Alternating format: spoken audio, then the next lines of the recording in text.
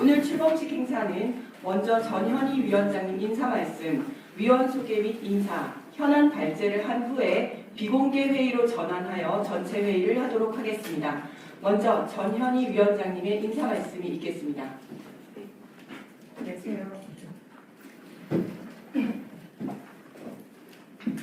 네, 오늘 민주당 정치테러 대책위원회 첫 출범 기자회견을 가집니다. 지난번에 우리 이재명 당대표에 대한 암살 테러 시도가 있었습니다. 그 이후에 민주당에서는 당대표 정치테러 대책위를 발족을 했고 그 사건의 진상 규명을 위해서 1년 가까이 노력을 해왔습니다. 그리고 새로 지도부가 바뀌면서 그 임기를 종료했는데 이번에 이재명 당대표에 대한 대법원의 그 테러를 시도한 정범에 대해서 15년의 확정 판결이 내려졌고 그리고 또 윤석열 대통령의 비상계엄 선포와 또 내란 범죄에 대한 그런 지금 현재 재판이 진행이 되면서 그와 함께 동시에 극우 세력들에 의한 백색 테러, 서부지법 폭동이라든지 헌법재판소에 대한 침탈, 또 여러 가지 민주당 이재명 대표에 대한 폭탄 테러 시도 그리고 또 민주당 인사들에 대한 여러 가지 다양한 테러들은 암시하는 협박 이런 것이 일상화되었습니다. 따라서 우리 민주당에서는 이재명 당대표 테러에 대한 진상과 배후 실체 규명과 또 함께 현재 단연하고 있는 백색 테러에 대해서 당 차원에서 적극적인 대책을 모색하기 위해서 다시 정치 테러 대책위를 재발족하였습니다. 앞으로 민주당에서는 우리 대한민국이 사실은 굉장히 안전하고 테러 무풍지대라고 그렇게 일컬어지던 그런 나라였는데 지금 테러가 만연한 이런 국가로 점점 변모하고 있는 그런 상황에 대해서 매우 위기감을 느끼고 있고 앞으로 우리 대한민국이 더 안전한 나라를 만들기 위해서 테러는 반드시 없어져야 된다 그렇게 생각을 합니다. 그래서 테러에 대한 단호한 이런 대책과 그리고 또 이 모든 테러 사건의 사실상 촉발이었다고 볼 수 있는 이재명 당대표 암살 시도 테러 사건에 대한 철저한 진상 규명, 책임자 처벌 이런 부분에 관해서 저희들이 집중을 하려고 합니다. 그리고 또 현재 만연해가는 그런 대한민국을 위협하는 극우 세력들에 의한 이러한 테러 시도에 대해서도 저희들이 단호한 대처를 하겠다 말씀드립니다.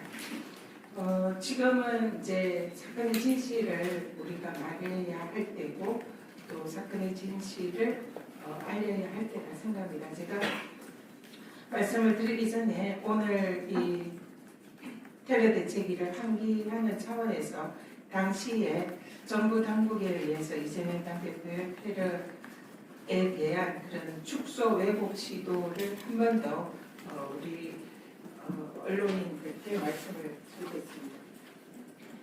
지금 이것이 다 아시겠지만 당시에 이재명 당대표의 암살 시도 테러가 있었을 때에 거의 30분 이후에 즉각적으로 총리실 대테러 센터에서 보낸 문자입니다. 이 문자의 내용을 보시면 지금 이재명 대표의 테러가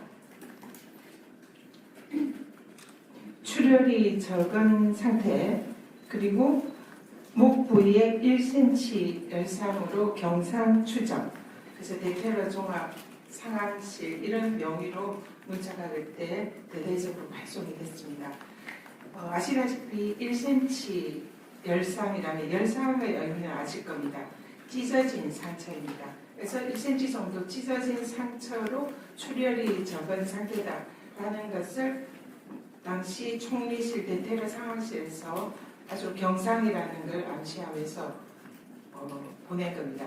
그때 이 사건 전에는 대부분의 언론들이 매우 치명상을 입었다라는 식으로 보도를 했는데 이 문자가 나간 직후부터 때문에 논조가 바뀌었습니다. 그리고 첫 번째 그 모두의 대부분의 그 헤드라인으로 1cm 열상, 경상 이런 식으로 언론을 이렇게 장식을 한 것으로 기억을 합니다. 그래서 이런 정부기관인 총리실, 대테러 상황실에서 보낸 문자가 이재명 대표의 당시의 그 테러 사건의 위중성을 삽시간에 경상으로 축소를 시키고 사건을 왜곡 축소 시도가 이때부터 시작이 된 것입니다. 그래서 이 부분에 관해서 당시에서의 테러 대책위에서는 경찰의 이 문자가 발송된 경위 그리고 이런 허위 왜곡 문자의 그런 책임자 그런 것을 진상을 규명해 달라는 고발장을 당시에 접수를 한 바 있습니다. 그런데 그때 이후에 아직도 단 한 번도 우리 고발인 조사를 하지 않고 있습니다. 그래서 지금 이번에 이재명 대표의 15년 징역형이 최종 전범의 그 형이 확정이 된 만큼 이제라도 정부는 당시에 윤석열 대통령의 사건 초기에 이 사건은 테러다 이렇게 진상 규명을 했고 또 테러를 다루는 총리실의 대테러 상황실에서 아마 이 문자를 작성하면서 회의를 했을 것으로 추정이 되는데요. 그리고 즉각적으로 테러실에서 움직인 만큼 그리고 그때 이후에 재판이 확정이 되면은 테러 지정 여부를 검토를 하겠다. 그때 그렇게 말한 걸로 기억을 하고 있습니다. 그래서 당시에 저희 테러 대책위에서 테러로 지정을 해달라고 강력히 요청했지만 재판 결과를 보고하자 그렇게 말했는데 이번에 대법원에서 15년 확정 판결이 났고 그때 상황이 테러에 부합하다는 것이 여러 가지로 입증된 상황이니만큼 정부는 다시 한번 테러 방지법에 의한 테러로 이번에 이재명 대표의 테러 사건을 지정하기를 저희 위원회에서 강력히 요청드립니다. 네. 그리고 그 이후에 또 여러 가지 이 사건의 공범이나 또 뒤에 배후 아니면 자금줄 이런 것이 있지 않았나 이런 의심되는 정황들이 굉장히 많았습니다. 근데 그럼에도 불구하고 정부 당국과 경찰의 미온적인 태도로 이 사건은 현재 정범 한 명만 처벌되고 미궁에 빠져 있습니다. 그렇기 때문에 이 부분에 관해서 다시 철저한 재수사를 통해서 이 테러 사건의 진상을 밝히고 그리고 책임자를 처벌해야 된다. 그렇게 생각합니다. 저희 테러 대책위는 이런 역할에 대해서 최선을 다하겠다 말씀드립니다. 이상입니다. 네. 네. 전현희 위원장님께서 위원회의 출범 취지와 활동 목표들에 대해서 말씀을 해주셨습니다. 다음은 위원 소개 및 간단한 인사 말씀이 있겠습니다. 먼저 박상혁 위원님 인사하겠습니다. 예, 안녕하세요. 경기도 김포울의 박상혁 의원입니다. 짧게 한 말씀만 우리 위원장님 말씀에 보태도록 하겠습니다. 테러 문제는 가장 적극적이고 공세적으로 대응해야 된다는 것이 전 세계적인 일치된 정책입니다. 그런데 윤석열 대통령은 이 문제를 가장 방관했기 때문에 가장 안전한 대한민국이 이제 테러 문제가 일상화된 상황이 되어버렸습니다. 위원장님 말씀대로 작년에 이재명 대표의 암살 테러 사건을 테러로 지정하고 더 적극적으로 공범과 배후를 추적했다면 그 후에 배현진 의원 사건이나 심지어 이번에 서부지방 난동, 폭동 이런 문제들은 없었고 또한 지금 헌법재판관 재판관들 그리고 또 그 여타의 이 법원에 대한 이런 여러 암살 시도 또 이재명 대표에 대한 또 다시 추가적인 이런 문제는 없었을 것이라고 생각합니다. 그럼에도 불구하고 정부가 방관하고 이 문제를 오히려 조장한 듯한 그런 태도가 지금의 상황을 만들었습니다. 앞으로 테러대책위원회가 이런 문제들에 대해서 더 적극적으로 공세적으로 대응을 해서 가장 안전한 대한민국을 다시 만들고 대한민국을 정상화시키는데 저도 최선을 다하겠습니다. 예, 감사합니다. 네, 감사합니다. 다음은 김영환 위원님 인사 말씀 있으시겠습니다. 예, 반갑습니다. 기획재정위원회 소속 김영환입니다. 우리 전현 위원장님 도와서 열심히 활동하겠고요. 사실 이 테러라는 규정 자체를 좀 광범위하게 좀 적용을 해야 될 것 같습니다. 원영배 재판관 보듯이 음란물 조작 이런 행위들을 통해서 악마화하고 나중에 공격의 대상들로 삼고 그리고 이재명 대표나 서부지방법원 폭동과 같이 이 물리적 폭동으로 이제 승화되고 결정적으로 어떻게 보면 비상계엄이라는 반헌법적이고 불법적인 조치들을 통해서 모든 정치인들을 공격하려고 하는 거 아니겠습니까? 그래서 저는 이 정치테러 대책위원회 활동을 하면서도 여러 사건들도 추적을 하지만 특히나 이 속에 흐르는 나중에 특검이나 좀 이런 조사를 통해서 자금까지도 다 추적을 해봐야 된다 이런 생각입니다. 그래서 최선을 다해 열심히 하겠습니다. 고맙습니다. 네, 다음은 이성윤 의원님 인사 말씀 있겠습니다. 네, 이성윤 의원입니다. 이재명 대표님 1, 2심 판결문을 보면 이 테러는 자유민주주의에 대한 중대한 도전이라고 판결하고 있습니다. 그런데 범인이 집요하게 실패에도 불구하고 집요하게 공격을 했다는 것을 보면서 과연 수사가 제대로 됐는지 의문을 품지 않을 수가 없습니다. 최근에 이재명 대표님 흉기 테러 사건뿐만 아니고 서부지방법원 난해 폭동 사건이라든가 헌법재판관 앞에서 극단적인 발언을 해대는 걸 보고 우리 사회가 이렇게 백색 테러에 노출되어 있다고 생각합니다. 비단 우리 정치뿐만 아니고 각 도처에서 자신들의 주장을 관철시키기 위해서 이런 폭력적인 이런 세력들이 준동하고 있습니다. 이런 백색 테러가 준동하게 되는 근본적인 원인은 제대로 된 수사가 제대로 원인과 배경에 대해서 제대로 된 수사가 되지 않았기 때문이라고 봅니다. 우리 제대로 된 처벌만 있다면 다시는 이런 백색 테러가 있지 않을 것인데 매번 발생할 때마다 땡길씩 수사만 하고 처벌을 그쳤기 때문에 이런 백색 테러가 계속되고 있다고 봅니다. 이번 정치테러 대책위원회 출범을 계기로 우리 사이에 다시는 이런 백색 테러가 발붙이지 못하도록 최선을 다해서 노력하겠습니다. 감사합니다. 네, 다음엔 한민수 위원님 인사 말씀 있겠습니다. 예, 한민수입니다. 정치 테러의 문제는 여야의 문제도 아니고 진영의 문제도 아니라고 봅니다. 우리 민주주의 근간을 훼손시키는 부도한 범죄 행위이기 때문에 그에 대해서는 정치적으로 접근할 문제가 아니라고 봅니다.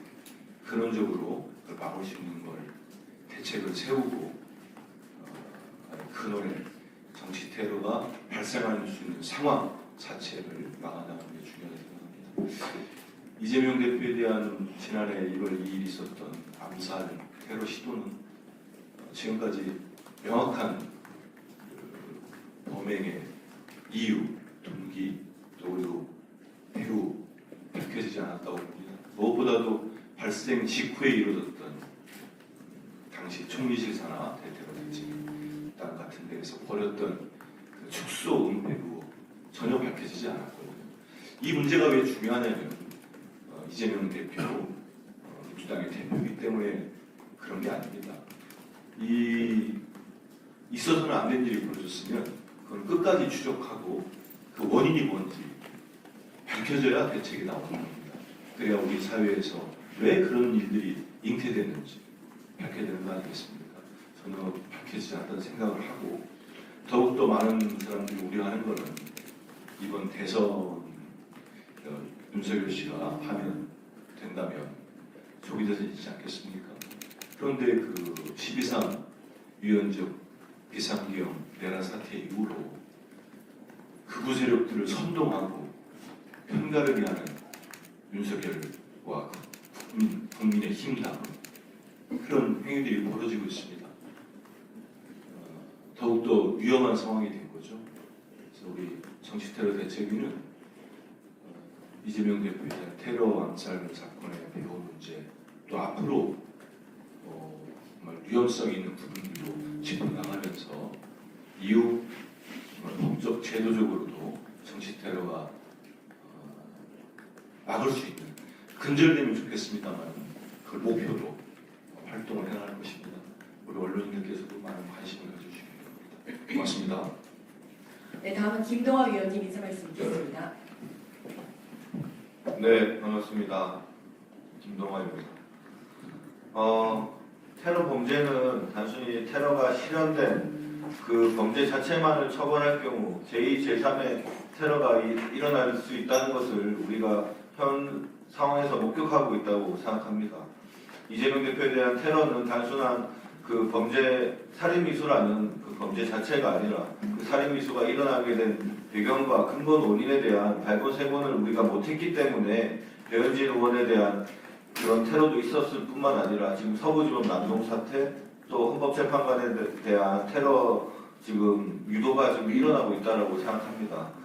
우리가 단순히 지금 우리 사회에서 사실은 처음 겪어보는 일이라고 봅니다.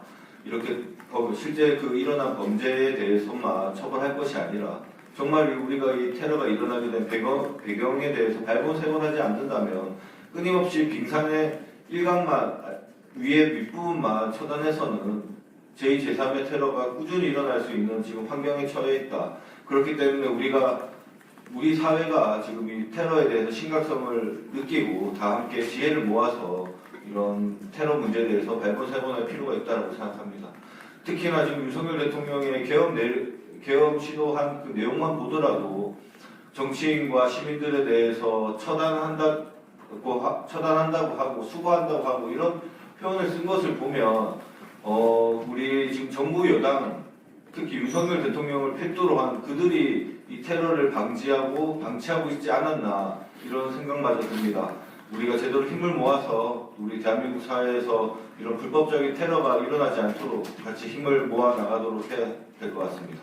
네, 이상입니다. 네, 다음은 유사명 위원님의 인사 말씀 있겠습니다. 동작을 지역위원장 선생입니다.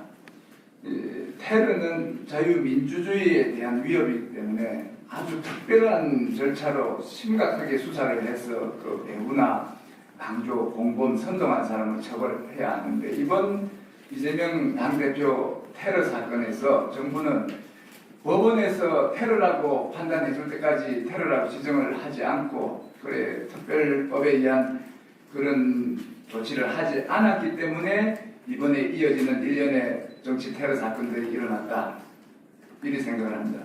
지금 법원에서 테러라고 이제 인정한 이런 지금 상황에서 정부는 이 이재명 당대표 테러 사건에 대해서 실행을 한 정범 외에 교사를 하거나 강조를 하거나 또 실행을 용이하게 해준 여러 행위에 대해 배후에 대해서 정확한 수사를 해야 한다고 그렇게 생각을 합니다. 감사합니다. 네, 다음은 이현 위원님의 인사 말씀 있겠습니다. 안녕하십니까. 더불어민주당 부산진구을 지역위원장 이현입니다.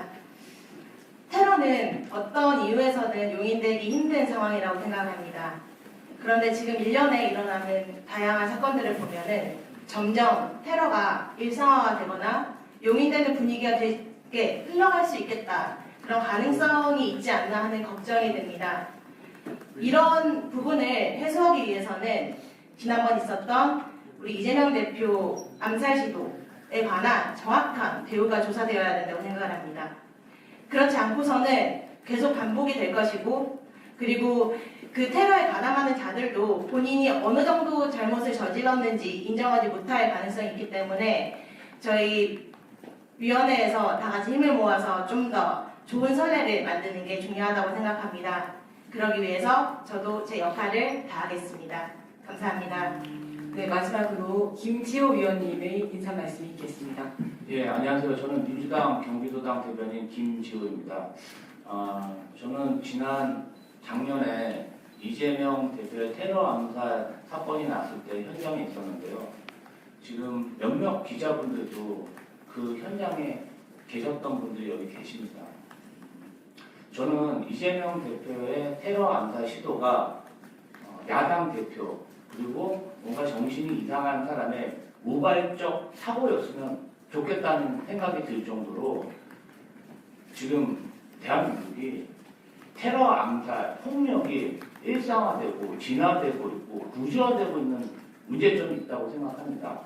모두들 아시겠지만 극우 유튜버들이 어떤 정치 세력 아니면 극우 세력과 반대되는 집단, 법관, 기자들에게 욕설을 하거나 폭력을 조장하는 행위를 할 경우 슈퍼챗이라는 금전적 후원을 받고 있다는 사실을 모두들 알고 계실 겁니다.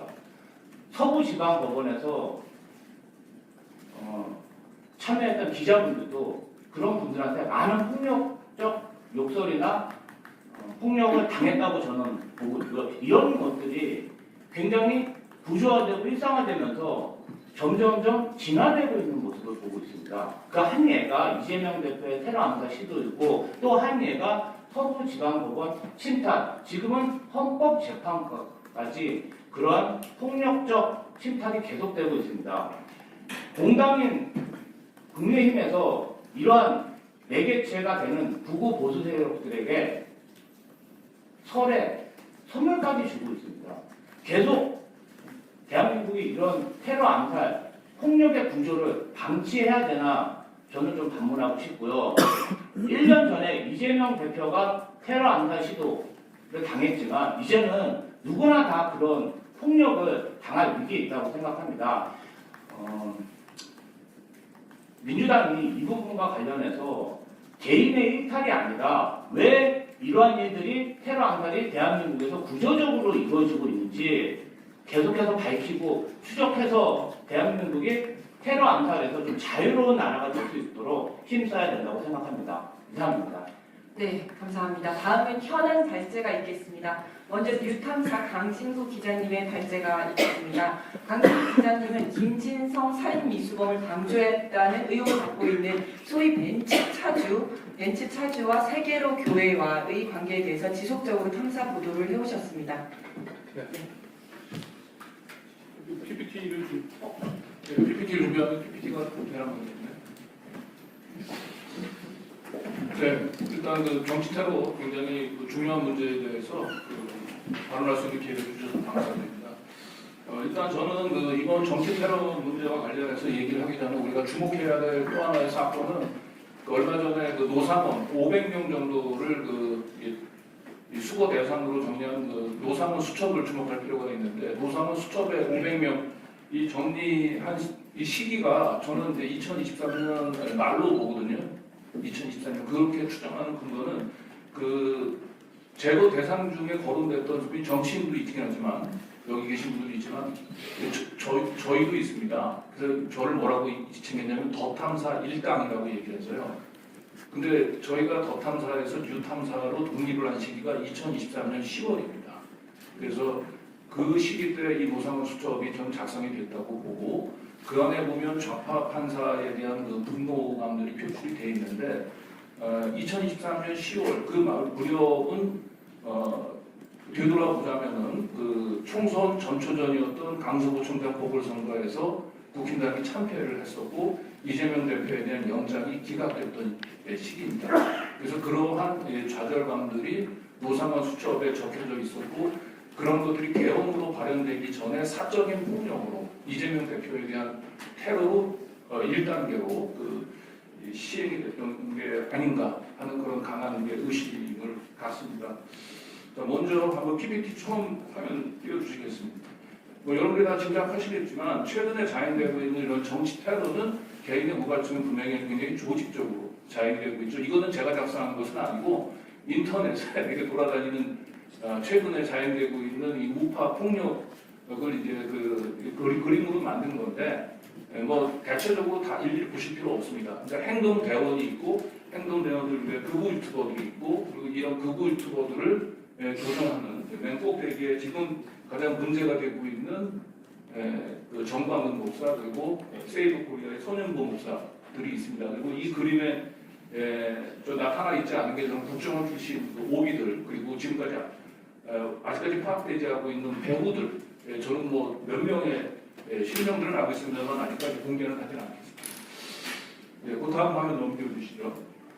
자, 지금의 작금의 정치 테러를 분석하는 데 있어서 우리가 주목해야 될 사건이 하나 있어요. 지나갔습니다만 이게 문재인 정부 초기 때 이명박 정부의 댓글 부대, 민간인 댓글 부대에 대해서 수사를 했었고 그 수사 결과 국정원에서 그 민간인들을 아웃소싱하는 형태로 댓글 부대를 운영했던 인원이 총 3,500명이었습니다. 그런데 저 3,500명 가운데 여러분들이 잘 아는 시발단 등 비롯해서 몇 명만 사법 처리됐고 저 3,500명 대부분들은 그대로 살아남았습니다. 그래서 저 3,500명의 인원들이 저는 지금까지도 계속 암약하면서 정치 테러를 자행하는데 큰 자양분 역할을 좀 하고 있다라고 생각을 하고 있고 저는 이 댓글 부대원들 중에 한 사람을 지속적으로 추적해 왔었습니다. 다음 화면 좀 보내주시죠. 이 사람이 그 당시에 제가 이명박 정부를 거쳐서 그 박근혜 정부 때 그 댓글 부대원으로 활동하고 의심되는 사람이고 그 당시에 국회 국정감사장이 불려져 나와서 뭐 감사도 이루어지긴 했는데 결국은 이 부분도 의혹에 그쳤고 제대로 된 사법 처리가 이루어지지 않았습니다. 바로 화면에 보이는 저 사람은 지금 가장 문제가 되고 있는 스카이데일리 가짜뉴스 일본의 스카이데일리의 필진으로 활약을 하고 있습니다. 그래서 저는 이명박 정부 때 민간인 댓글 부대와 지금의 정치 테러 부분들이 다 하나도 좀 연결되어 있을 가능성이 매우 높다 이런 의심을 좀 하고 있고 여러분들이 잘 아시는 김상진 찐자유주의연대 극우 집회를 주도하고 지금 서울구치소 앞에서 윤석열 지킴이 집회를 주도하고 있는 그 단체의 수장도 민간인 댓글 부대 3,500명 중에 한 명입니다. 다음 PPT 한번 보여주시죠. 그리고 저는 뭐 윤석열 비롯해서 보수 정권을 지탱하는 구조가 있다고 봐요. 그런데 전통적인 구조는 저 오른쪽 편에 있었어요. 그동안에는 국민의힘 그리고 조중동이 자유총연맹 등 반면 단체를 중심으로 해서 그리고 주요 그 포섭 대상은 60대 이상 그 고령층이었죠. 그리고 동원되는 이념은 반공주의였습니다. 그런데 최근에 그 양상이 조금 바뀌고 있습니다. 왼쪽 편에 보시게 되면 이제 극우 기독교 세력들이 이 정치 테러를 주도하고 있고 그 극우 기독교 세력 밑에는 조중동을 대신해서 극우 유튜버와 스카이데일리 등 여러 극우 매체들이 조선일보를 대신하고 있습니다. 그리고 여기 행동대로 뭐 신남성경쟁, 신자유주의연대 등이 있고 60대를 대상해서 2030 청년 극우를 지금 포섭하고 있는 상황이고 여기에 동원되는 이념은 전통적인 반공주의가 아니고 형중, 그 다음에 패미, 반패미 정서들을 굉장히 자극하고 있다. 이 점을 좀 주목하실 필요가 좀 있을 것 같습니다. 다음 화면. 요거는 뭐 여러분도 아실지 모르겠습니다만 이 극우 지금 이 기독교 세력들 중심으로 해서 조중동 절도 운동이 벌어지고 있습니다. 조중동조차도 이들은 자신들의 생각과 이념들을 대변하지 못하고 있다고 하고 있고 조중동 대신에 지금 그 다시 한번 눌러주시죠. 하나 더 눌러주시면 네 조중동 대신에 아시아투데이 얼마 지금 최근에 저 윤석열 지지율 40%를 만났던 그 매체죠. 아시아투데이, 펜앤마이크, 뉴데일리, 스카이데일리, 더 퍼블릭, 파이낸스 투데이, 자유일보. 자유일보는 참고로 정광훈 딸이 운영하는 매체인데 저런 매체들이 지금 조중동을 좀 대체하고 있고 저들이 제가 볼 때는 요즘 정치 테러에 가장 문제가 되고 있는 사람들을 대변하고 있는 매체입니다. 다음 화면. 그런데 여기서 또 주목해야 될 게 뭐냐면 윤석열이 그 체포되고 낸 뒤에 가장 목 중에서 2030 청년에 대한 관심을 지속적으로 얘기를 하고 있고 극우 유튜버들도 60대 이상 고령층이 아니고 20, 30대 청년층들을 포섭하려고 굉장히 노력을 많이 하고 있습니다. 그리고 다음 화면 넘겨주시죠. 이게 이제 아까 조중동을 대신한 새로운 극우 매체 더 중요한 하나인 더 퍼블릭에 보도가 된 건데 제목을 보시죠. 윤석열이 2030 나 때문에 어려움을 겪고 있다. 이게 서부지법 폭동 이후의 메시지입니다. 그래서 내가 보호하겠다. 온라인에서는 윤석열을 윤버지라고 부른다. 이런. 그러니까 윤석열에 대한 맹목적 충성심들을 정치 테러의 자양분으로 좀 동원하고 있는 게 아닌가 매우 의심이 되고 있고 다음 화면 넘겨주시죠. 이건 여러분들이 잘 아시겠지만은 이번에 서부지법 폭동에 동원됐던 특임 목사죠. 정광훈이 들러낸 윤상현 의원 뒤쪽에 모습을 보이고 있죠. 다음에 또 다른 정광훈 이 길었던 특임 목사 출신입니다. 이분은 윤영도라고 하는 사람입니다. 그리고 이 두 사람 특임 목사라고 얘기하는데 이 정광훈이 그 청교도 신학원이라고 하는 미인가 신학원을 통해서 길러낸 이런 특임 목사들이 대략 한 2,000명 정도 된다고 알려져 있습니다. 매우 다 위협적인 우리 사회를 굉장히 테러의 공포에 내몰고 있는 신호핀이 아니겠고요. 다음 넘겨주시죠. 그리고 폭동은 요즘 이렇게 인권위까지 확산이 돼서 지금 보시면 이제 인권위를 이제 장악하고 있는 장면인데 저 인권위에 2m가 넘는 격투기 출신 유튜버도 등장을 해가지고 기자들 상대로도 굉장히 위협적인 장면들을 연출하고 있다고 하고요. 그 다음 한번 보여주시겠습니다. 이건 헌재는 잘 아시고 헌재 흔들기 아까. 그 다음.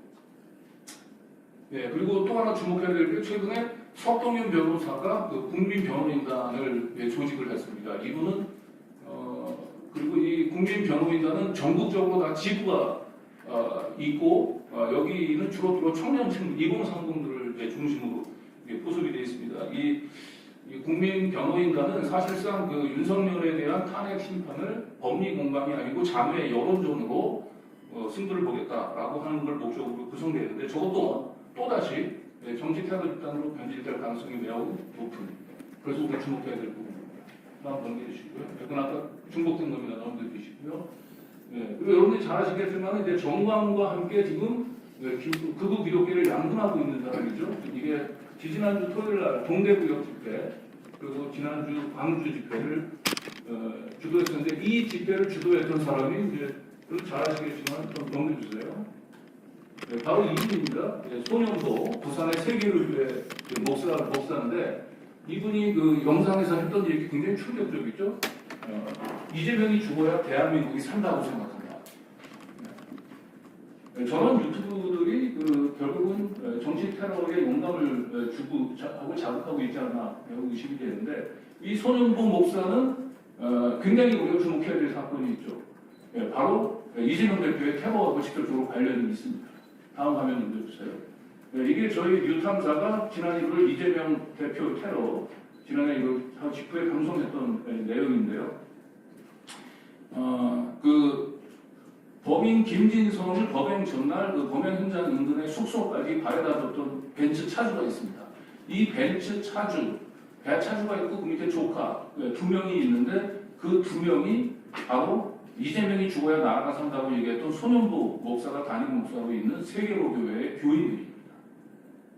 제가 요 점을 이제 주목을 해서 그 벤츠 차주 부분들에서 굉장히 취재를 많이 했는데 이 두 사람을 저희가 이번에 이 김진성의 공범으로 의심하고 있는 이유가 몇 가지가 있는데 우선 첫 번째로 김진성을 만나서 밤중에 바래다 줬는데 그냥 숙소를 잘 몰라서 인근에 있는 곳으로 바래다 줬다고 얘기했는데 그 숙소가 사실은 이분들이 살고 있는 가덕도에서 한 5분에서 10분 정도 거리입니다. 바래다 주고 바로 왔다고 얘기했는데 실제로 이 사람이 마을로 복귀하는 데까지는 1시간 10분에서 20분 정도 시간이 있었습니다. 그러니까 단순히 바래다 준 것이 아니고 그 범인 김진성을 범행 전날 김진성에게 뭔가 정신적인 무장을 교육을 시키려고 했었던 사람과 면담까지 하고 저녁까지 먹고 다시 집으로 귀가한 게 아닌가 하는데 매우 의심이 되는데 이 벤츠 차주 2명, 조카까지 포함해서 벤츠 차주 2명을 그 당시에 부산 강서경찰서에서 출장을 와서 조사를 했는데 조사 시간이 단 40분밖에 안 됩니다. 그리고 두 사람을 분리 신문한 것도 아니고 같이 있는 가운데서 한 사람 먼저 신문하고 그 다음에 다른 사람이 10m 앞에서 얘기하는 진술 내용을 보고 뒤에 사람이 그대로 맞춰서 진술한 거랑 다름이 없죠. 그건 엉터리 조사입니다. 그리고 제가 이 벤츠 차주를 그래서 이런 조사가 말이 안 된다고 해서 몇 가지 의심점을 가지고 검찰 쪽에다가 신고를 했습니다.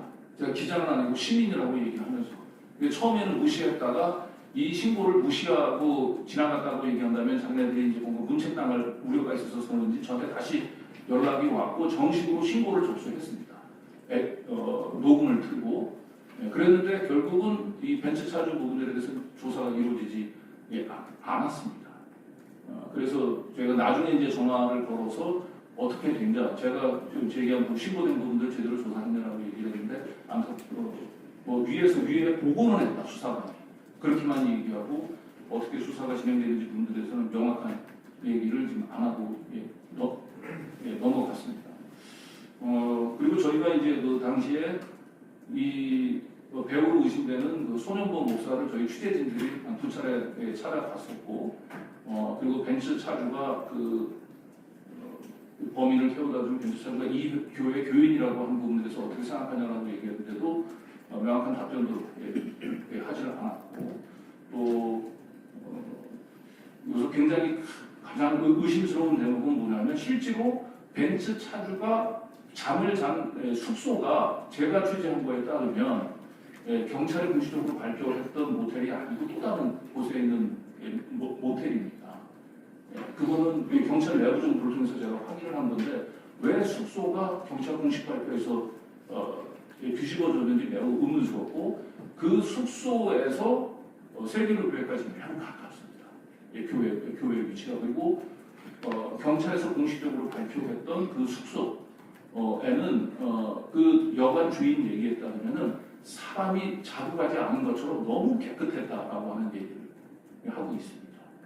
그래서 저는 처음부터 뭔가 계획을 가지고 김진성을 범행 장소 전날 불러내는데 추적을 피하기 위해서 벤츠 차주를 고용을 해서 제3의 장소로 안내해서 뭔가 비밀 휴학을 갖고 그 흔적을 없애기 위해서 이 장소까지, 그 숙소까지 뭔가 이렇게 은폐를 하는 걸 했던 게 아닌가 하는 매우 강한 의심이 들고, 한 가지 더 여기서 한번 이거는 저도 의문을 가지고 있는데, 김진성이 왕관을 쓰고 범행을 저질렀고, 그 전에도 대여섯 군데 범행 장소를 물색하는 가운데서 계속 왕관을 쓰고 있었습니다. 이 부분들과 관련해서 이제 저희한테 제보해 온 것에 따르면, 이거는 유튜브를 통해서 범인 김진성의 활동 위치를 파악하려고 하는 배우 세력들에게 범인 김진성한테 직접적으로 그 돈을 지용하고 뭐 하고 했던 사람들이 직접 만나지는 않았을 가능성이 높다. 그러나 자기가 고용했던 이 테러리스트가 어떤 식으로 이재명 대표 주변에서 있는지 부분들을 유튜브를 통해서 파악할 수 있도록 그렇게 일종의 표식으로 왕관을 쓰고 다녔던 게 아닌가라고 하는 이제 그런 제보들이 있었고, 그런 사람들을 위해서 활동을 하는 유튜버도 한우민 저한테 제보를 좀 했었는데, 그 부분들은 아직까지 추진 중입니다만, 여러 가지로 이재명 테러 사건은 배우의 근거이 있고, 그리고 특히 최근에 이재명 대표의 죽어야 나라가 산다라고 얘기했던 그 소년보 세계로 목사가 있는 세계로 교회의 그 벤처 차주가 교인이었다. 그리고 그런 점에서 이 배우 수사는 다시 전면적으로 이루어져야 되지 않을까 그런 생각입니다. 네, 감사합니다. 강진구 기자께서 최근 극우 세력의 특성과 소위 벤츠 차주와 세계로 교회 등 배후에 대한 조사 필요성에 대해서 말씀해 주셨습니다. 다음은 빨간 아재님의 발제가 있겠습니다. 빨간 아재님은 김진성의 범행 준비 현장과 재판 과정을 계속 취재해 오셨습니다. 네, 안녕하십니까. 빨간 아재입니다. 강진구 기자께서 이 노상원 수첩 작성 시점을 2023년 10월경으로 추정한다. 말. 네. 제가 드리는 말씀하고도 왠지 일맥상통하는 부분이 있는 것 같은데, 김진성 씨가 범행을 준비했던 아산의 부동산 사무실, 그 철거 현장에서 발견한 이 범행 예행 연습 흔적, 그리고 이후에 김진성 씨가 재판받는 과정, 그리고 피고인이 한 명 더 있었죠. 그 방주범, 또 다른 70대 김모 씨인데 동네 사람입니다. 아산 동네 사람. 그분과 한 두세 차례 인터뷰를 하면서 확인된 내용, 이런 걸 중심으로 좀 추정을 최대한 좀 배제하고 사실 위주로 좀 몇 가지 말씀을 드리자면, 첫 번째, 검찰이 수사 결과를 발표하면서 범행 준비 시점을 특정한 것이 2023년 5월 또는 4월이었습니다. 그 전술용 칼을 구입한 게 4월이고 5월부터 연습했다고 했거든요. 근데 실제로 김진성 씨가 범행 준비에 들어간 것은 최소한 6개월 더 전으로 거슬러 올라갑니다. 왜 그러냐? 우선은 그 칼을 구입한 것이 4월이고 5월부터 연습을 했고 나무등키에 찌르면서 훈련한 게 9월이라고 했는데 뭐 그 사무실 벽에 수백 차례 찌른 흔적 있는 것들 보셨을 테고 그 이전에는 그 칼 사기 전에 과도로 훈련을 했어요. 그 과도로 훈련했다는 검찰 수사보고서에도 있습니다. 그리고 경찰이 그 사무실 압수수색할 때 책상 서랍에서 과도와 칼 가는 도구를 발견해서 압수를 해갔거든요. 그 시점이 언제일 것이냐? 그리고 뭐 2023년 초 뭐 정확히는 알려지고 있지 않은데 민주당의 위장 입당했다는 얘기도 있었고 그리고 김진성 씨가 사실은 그 2022년에 위장 이혼을 했습니다. 2022년 11월에 이혼을 했는데 검찰은 김진성 씨가 이혼을 하고 뭐 경제 환경이나 또는 건강이 안 좋아지면서 자포자기 심정에 이르렀다 이렇게 범행 배경으로 설명을 하고 있는데 사실은 범행 준비를 위해서 위장 이혼을 했던 거였어요. 그 이른바 남기는 말 변명문이라고 김진성이 표현했던 그 문서 있지 않습니까? 그거를 공범한테 대신 보내달라고 아껴놨던 거잖아요. 그 중에 두 부가 이제 압수가 된 건데 그분 말에 의하면 그 공범 말에 의하면 한 분은 조카한테 한 분은 부인한테 김진성 씨 부인한테 보내는 편지였거든요. 두 부가. 근데 김진성 씨 부인한테 보내는 편지의 주소지가 김진성 씨 아파트였습니다. 동거를 하고 있었어요. 범행 시점에도. 그러면 위장이혼하니까 추정이 가능한데 그게 팩트로 확인된 것이 김진성 씨가 본인 법정에서 스스로 진술을 했습니다. 내가 범행을 준비하느라고 아내에게 이혼해달라고 했다. 가족에게 돌아갈 피해를 최소화하기 위해서 위장이혼했다는 걸 김진성 씨 입으로 얘기한 거거든요. 그럼 범행 준비를 위해서 이혼을 2022년 11월에 했다면 그 이전으로 거슬러 올라가야 되는 거죠. 그러니까 범행 시점이 언제이냐가 왜 중요하냐? 준비 시점이 인지가 왜 중요하냐? 범행 대상하고 범위가 달라져요. 그럼 그 시점에 접촉했던 사람들, 관계 맺었던 사람들에 대해서 수사를 했어야 되는데 과연 했는가? 이런 의심이 남는 거고. 그리고 이 공범이 경찰 조사를 받을 때 그 문서를 언제 받았냐? 그래서 내가 작년 초에 받았다. 그랬더니 수사관들이 벌떡 일어나더니 수갑을 꺼내더래요. 너 거짓말하고 있다고. 김진성은 5월이라고 그랬는데 왜 너 초라고 하냐? 경찰이든 검찰이든 굳이 이 범행 준비 착수 시점을 뒤로 미뤄야 하는 이유가 뭘까라는 생각이 드는 거예요.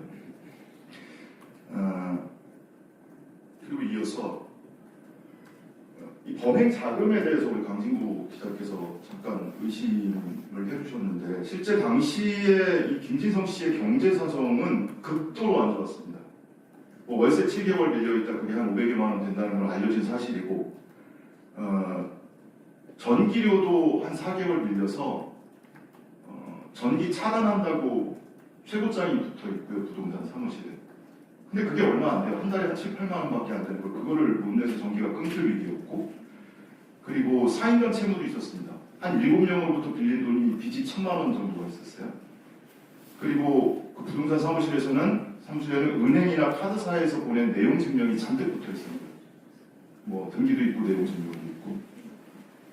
그리고 이 범행 전날 2월 1일 시점 기준으로 김진성 씨 통장 잔액이 34,000원이었습니다. 근데 5차례 막 범행을 하려고 돌아다녔잖아요. 부산으로 서울로. 뭐 KTX 타고 택시 타고 호텔에서 묵고 이러면서 그 자금은 어디서 나왔을까? 뭐 가족이 줬을 수도 있겠죠. 뭐 아내도 있고 조카도 있고 이러니까. 근데 그렇다면 이미 1년 전에 위장이혼을 해줬고 범행을 위해서 그러면 그 자금을 대줬다면 그 자금의 출처나 그들의 연관된 주변 사람들에 대한 수사는 제대로 됐는가 이런 것도 의심이 남는 거예요. 마지막으로 이번에 내란 사건이 일어나고 노상원 수첩이나 홍장원에게 전화를 통해서 불러준 판사 이름이 4명이 등장합니다. 김명수, 권순일, 그리고 유창훈, 김동현. 김명수, 권순일은 다 아시는 이름이고, 유창훈도 이재명 대표 영장을 기각했던 판사고, 김동현 판사는 이재명 대표 위증교사 사건 무죄 판결한 판사죠. 김진성 씨의 남기는 글에 이 4명이 등장합니다. 4명이 등장하고요.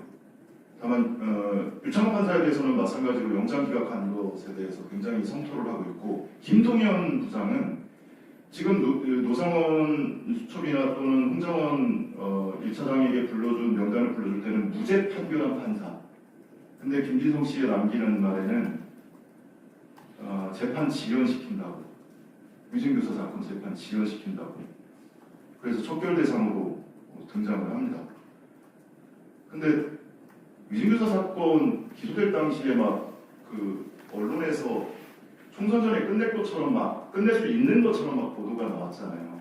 그리고 패널들도 그렇게 주장하고. 근데 그 법정에 들어가서 방청을 하거나 취재한 기자들이라면 다 알 겁니다. 총선 전에 물리적으로 선고 불가능하다는 거 다 알아요. 근데 가능한 것처럼 막 보도를 하잖아요.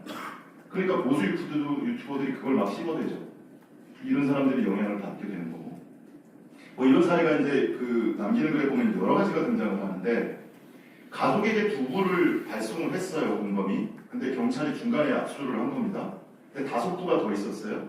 언론에서 보도되고 검찰에서 발표하기를 언론사, 주요 언론 기관에 발송해달라고 맡겼다고 했잖아요. 근데 그 언론기관 아니었습니다. 유튜브였어요, 전부. 그 공범이 5부를 가지고 있다가 2부만 가족한테 보내고 5부는 물로 빨아서 파기했습니다. 근데 전부 유튜브 채널 명이었고요. 그 중에 하나 기억하는 것이 고성국 TV였습니다. 그리고 나머지는 본인이 기억을 못한다고 주장을 하고 있어요. 근데 고성국 TV의 그 전후 시점의 방송 내용을 보면 이 김진성이 이 극우 유튜브 영향을 굉장히 많이 받았구나 하는 것을 알 수가 있습니다. 지금 이 등장하는 판사들 이름도 수시로 언급을 하면서 비토를 하고 있고요. 재판 지연 프레임, 그리고 뭐 공천, 무슨 뭐 깜빵 공천 뭐 이런 표현도 등장하고 그런 일이 발생하고 있어서 최근에 벌어지고 있는 이 내란 사건과 서부지법 습격 사건을 폭동 사건을 보면 그 영향을 준 일부 극우 매체와 극우 유튜버가 겹쳐 보입니다.